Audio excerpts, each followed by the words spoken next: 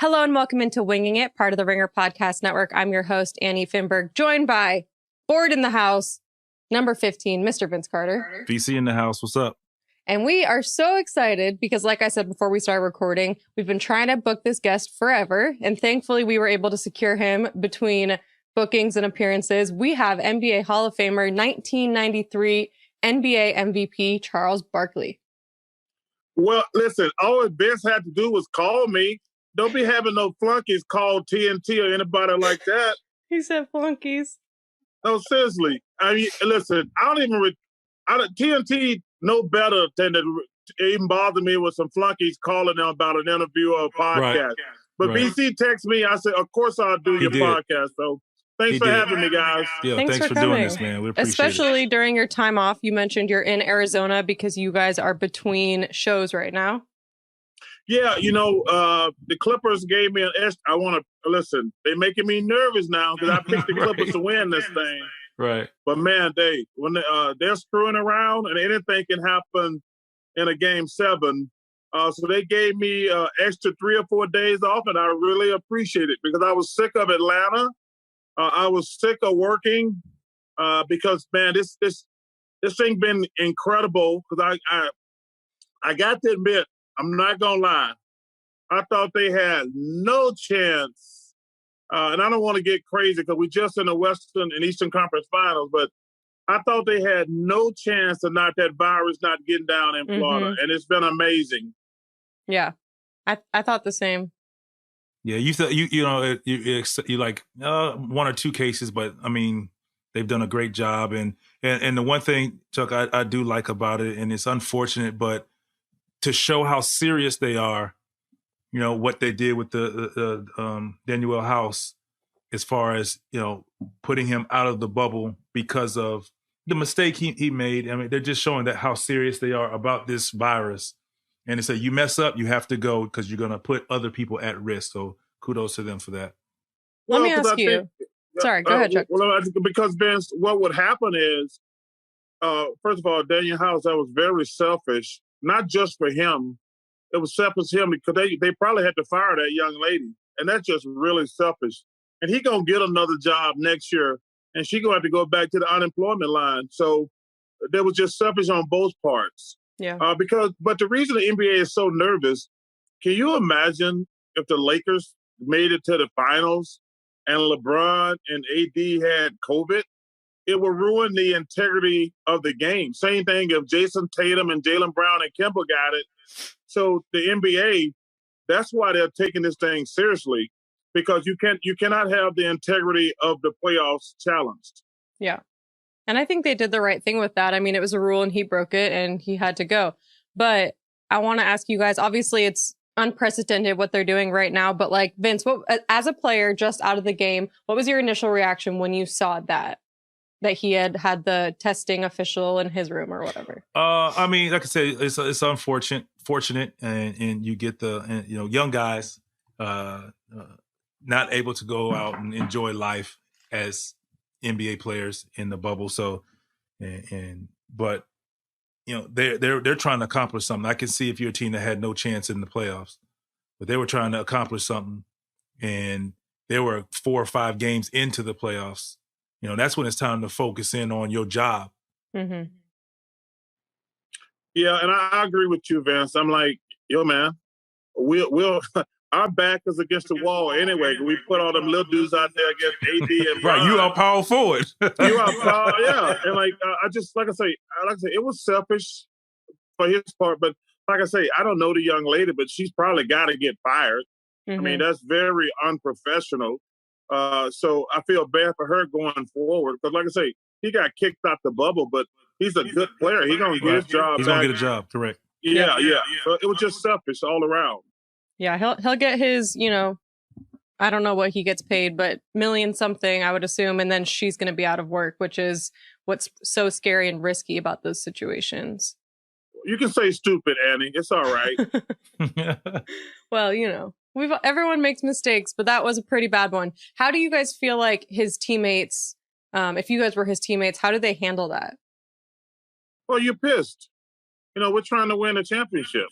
And he's an important part. He's an important part to the team. Like, listen, some of them teams, they were just going down to, so they're like, okay, we need some teams to scrimmage against. Mm-hmm. But the Rockets, I mean, think about it. Not only they've already lost their coach, so they were a championship contender. Now they lost their coach, so they're back to the bottom. Like, I don't even know how they're going to handle that situation, because I don't know how you can't bring. I mean, D'Antoni's the only person who runs that system. So what are you going to do going forward? That's what's going to be interesting. And like you said before, he'll get a job, but it might not be the job he wants now. Think about this, because if they bring in another coach that plays a different style, he might not fit that style where he's playing the big minutes again. Well, but it's going to be harder on James and Russ, but they're going to have to change their game. Absolutely. They're going to have to change their game 100%. And, Daryl Morey, he went in all on this small ball. And so now they're pretty much stuck with this small ball. But listen, it was just selfish, and I hope he'll learn from it. Yeah, I hope so. Yeah. I want to talk about your time on television, not playing basketball, but on Inside the NBA. 20 years, I believe. How did you, and maybe you could give some advice to Vince with this, how did you make that jump so seamlessly from playing basketball to being a broadcaster? Well, my mentor is a guy named Dick Ebersol.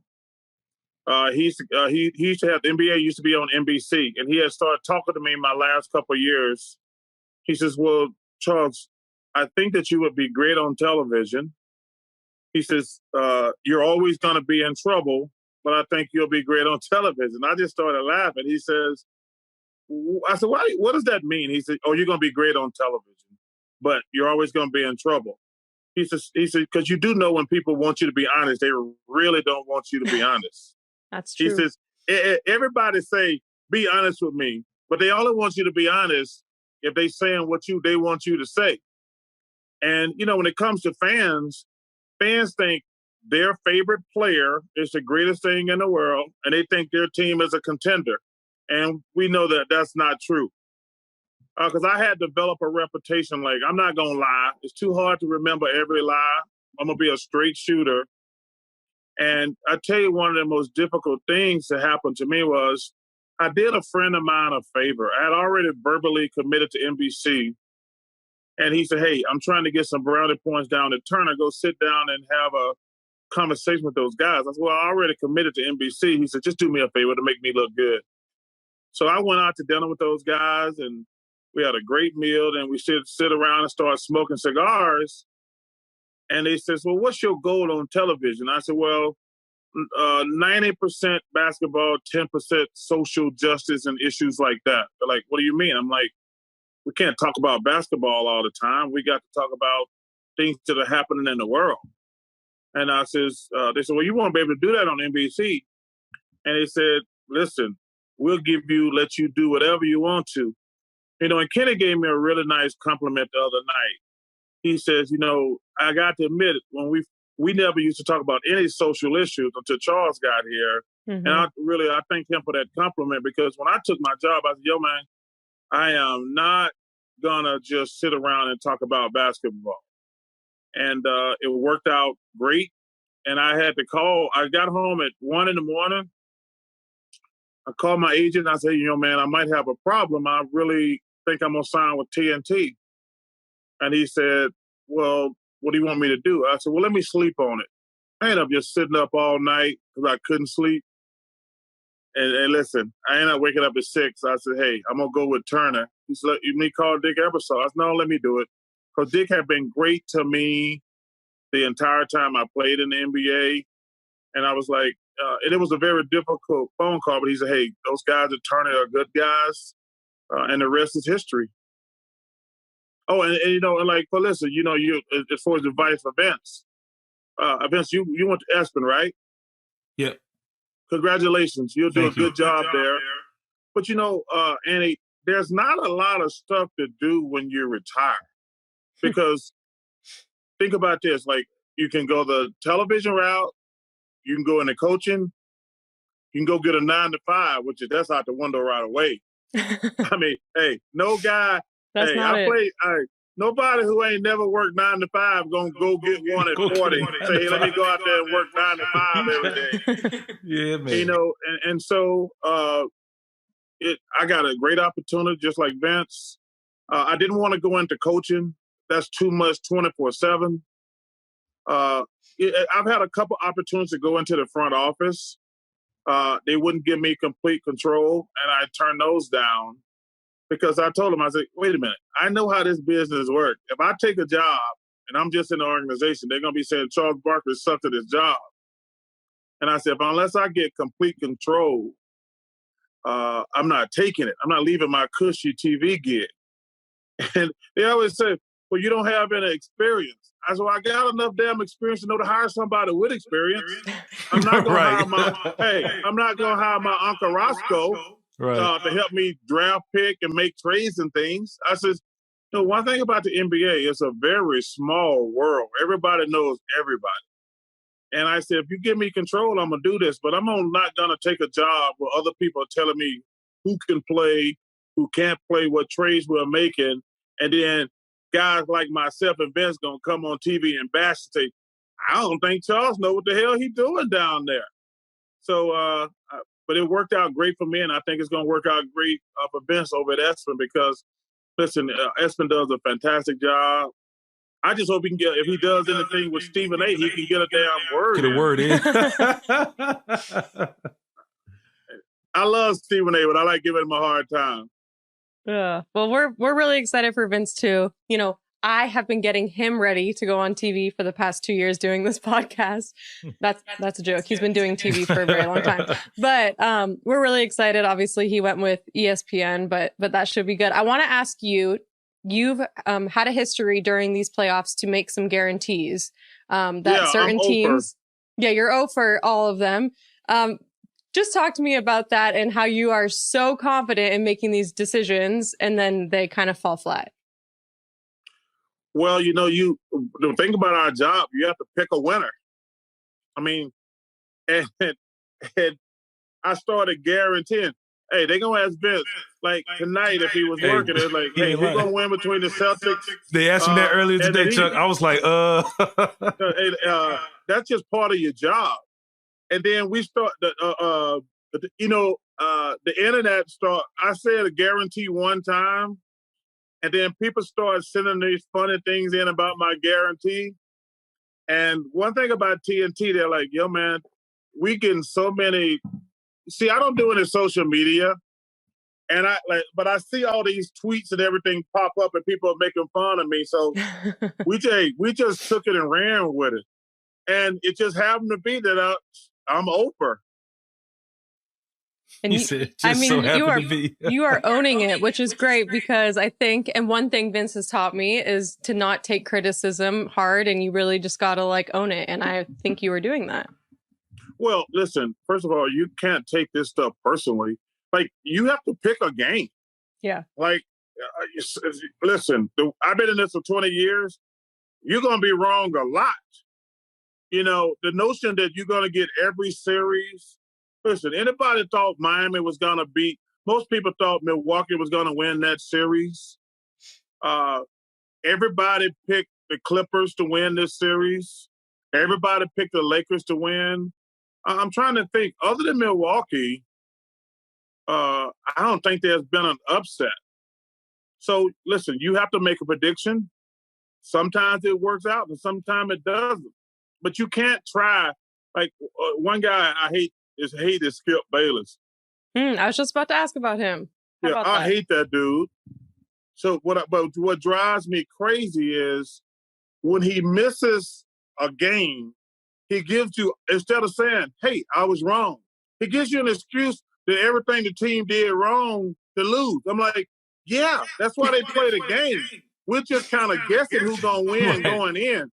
But if you're going to make a prediction and then get on TV and say, well, this is why they lost. I'm like, yeah, we know why they lost. But you got to be man enough or woman enough to say, hey, I was wrong. Yeah. So listen, you have to pick games, and sometimes you get them right and sometimes you get them wrong. I don't even think it's a big deal to get them wrong. No. And sometimes you guarantee that the Blazers are going to sweep the Lakers, which is bold, and I love it. Yeah, I was really bothered by that because, when they won that first game, and then they didn't play good, obviously Dame got hurt and Zach Collins got hurt, and, man, they really missed Trevor Ariza, but they were scary going into the bubble. I mean, because you got CJ and Dame, you got a chance. Yeah. Since you mentioned Skip, I want to come back to Turner in a second, but I wanted to ask you guys both. Vince, we talk about mental health on the show all the time. It's very important. It's very important to talk about. Obviously, everyone knows that Skip had some harsh words for Dak Prescott when he talked about having depression after his brother passed away. So I wanted to get both of your opinions on that. You said what you feel about him as a broadcaster, but how did you guys both feel about that comment? Go ahead, BC. I thought it was a little insensitive and it's harsh. When you're talking about death and somebody losing a family member, I mean, I feel like, in my opinion, there's just some lines you don't cross, and and you kind of put yourself in that position on how would you feel and or react when you're in that situation and somebody is coming after you like that. So I don't really listen to Skip very much. I only see the little blurps that pop up. So I just, when I did see it, that kind of bothered me for that. I mean, this man is going through, losing a family member. And then, I listened to Stephen A. Talk about losing his mom, and it's taken him 3 years to get halfway back. And listening to Max talk about it took him 5 years after his brother passed. So it's just one of those things you have to kind of just have some empathy. Yeah, I was really bothered because number one, I don't like Skip. So anytime I want to preface that, but for somebody on TV to say, "Oh, he's the quarterback of the Cowboys. He shouldn't be worried about his brother who just killed himself," like that is so bad. Yeah. I mean, we can talk about mental health, and obviously that's a big deal. I would shout out to the NBA for some of the amazing stuff that they're doing. Mm-hmm. But for somebody, a talking head, to get on television and say, "Oh man, we know your brother just killed himself. Don't worry about that. You're the quarterback of a football team." I mean, if you don't have any sympathy in your heart, like, yo man, did you really just say that? I mean, the kid killed himself only a couple months ago. Yeah. Yeah. And for you to say, "Oh, we don't have time for that. He's the quarterback of the Dallas Cowboys." Like, if you don't realize, and then he gave that half-ass apology, talking about people misconstrued. I'm like, wait, I think people saw what you said. Right. You said, we ain't got time for him to be upset. The season's starting this week. He got to concentrate on being the quarterback of the Dallas Cowboys. I'm like, are you serious? How is that misconstrued? That's exactly what you said. The death of his brother don't matter because the most important thing, him getting ready for a football game. So I was really bothered. And listen, I really try to, I don't talk about guys' private lives. I don't. That's just like, I have two good rules. I never talk about guys' private lives unless they bring it out and we have to discuss it, which is very rare. And secondly, I don't think it's appropriate to say somebody should get fired because I think that television is so powerful. And if you start the rumor that a guy should get fired, you just pouring gasoline on the fire. So I think it's inappropriate to say, you can say a guy's not doing a good job, but when you say, "Oh, I think he should be fired," I 100% disagree with that when guys say that. Because it could come back to bite all of us in the ass. What if somebody say, "Hey, I think Annie and Vince and Charles suck at their job. They should get fired." Mm-hmm. I mean, because it's all what your preference is. But I don't think you ain't gonna never hear me say something about a coach should get fired. Never. Yeah, I think that's, Obviously, everyone sets their own boundaries for their jobs, but I think that those are two great boundaries to have because, for you, it just sets up the paths you want to take and the ones that you don't want to. Yeah, but you got to understand, some of these guys, they make me so mad because they let these jobs go to their head. Mm-hmm. They'll say, well, he's a bad quarterback. I'm like, you actually ever played quarterback? Never. No, of course you haven't. Yeah. He's like, he's not a good NBA player. I'm like, how do you know that? He's in the NBA. He may not be a great player, but he's pretty damn good. Or he said he's not a good pitcher or a good hitter. I think you have to really be careful. I know they give us a platform. Like I always say, there's no bad players in the NBA. All those guys in the NBA can play. Are they all KD, LeBron, Vince Carter, somebody like that? No. But there ain't no bad players in the NBA. And I always say that. And I'll say, I want to add to that, the one thing that would bother me when I would read people's comments on players, like you say, and they were like, man, please, I get out there and do better than that. And I always say, I always say, the game looks easy when you're sitting on your couch, until you go to a game live and you see how big, strong, fast these guys that you consider terrible players are. You watch the game and we always see highlights and we talk about the elite, but we don't talk about some of these other guys who don't get an opportunity to play. But if they walk on in any gym in the world, they're pretty good players and they will dominate a gym. I agree with that. We had when I hosted this show with Kent Bazemore, we had Jeremy Lin come on and he talked about how so many people were like, you're horrible. I can beat you at basketball. You're terrible. I bet you 10 grand that I can beat you in basketball. And he'd be like, all right, cool. Like, let's meet up. Where do we meet? Yeah, let's see. I'll bring 10 grand with me. No problem. Because people really don't understand. Like you said, even the worst player in the NBA is far more elite than average Joe sitting on his couch watching. Mm-hmm. Oh, 100%. And one of my favorite things is so obviously living in Phoenix, I know a lot of pros in golf. And listen, there's a million household names here, but there's guys who are not household names. And my friends be like, I think I can beat him. I says, well, I'll back him if you want to play for money because he just he don't hit it far enough or he don't have a good short game. But you can't beat a pro in a sport. You can't beat a pro in a sport. That does it every day, whether they're playing or not. Yeah. Yeah. I was like, you don't understand. These are pros. They have gotten, like in high school, there's a lot of high school players. Right. In college, there's a lot of college players. When you get to the NBA, most people don't even realize there's a little over 400 players in the NBA. 400. I said, wait, you think you one of the best 400 players in the world? Hell no. So this Monday morning quarterback, like, I'm betting this guy. I said, yo, man, these are the best 400 players in the world. You're not better than them. So you just sit there, watch and cheer and shut the hell up. I know this is going to be a stupid question after what you just said, but Vince, do you think there's a chance you could potentially beat a professional golfer or just keep up with one of them? Could you keep up?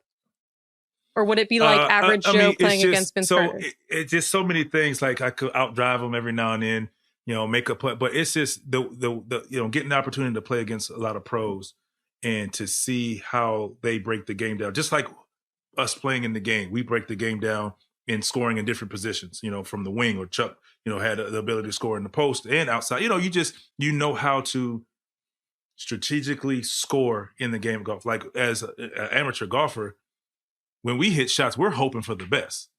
They're saying, I'm going to hit it in that spot right there. Mm-hmm.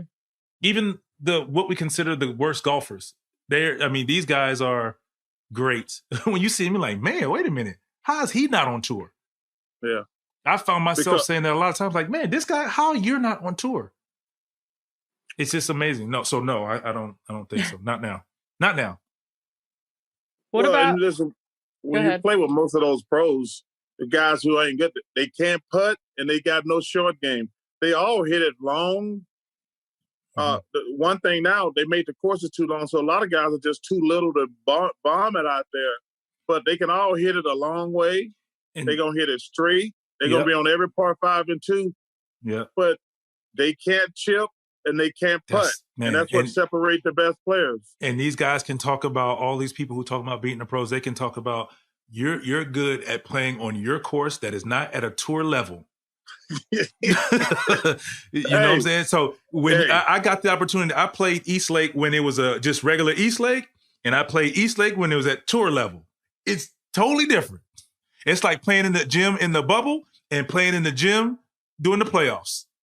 In the regular time, it's totally different atmosphere. The rim looks smaller with all those people, and the fairways look more narrow, and the rough is like trying to hit out of like wool. Yeah, I agree. I have played courses like when we play a course, it's this wide. As far as I can, like, and I'm exaggerating, it's a lot wider. But when you play like a tour level, like at the U.S. Open this week, yeah, those fairways gonna be about this wide. I played Wingfoot, and it was tough then, so I could imagine. And then, like, hey, and listen, when I saw you playing at East Lake last week. Yeah. When you hit a ball in the rough, you have to be careful walking over there because it goes down to the bottom, and if you ain't paying attention, you could step on it.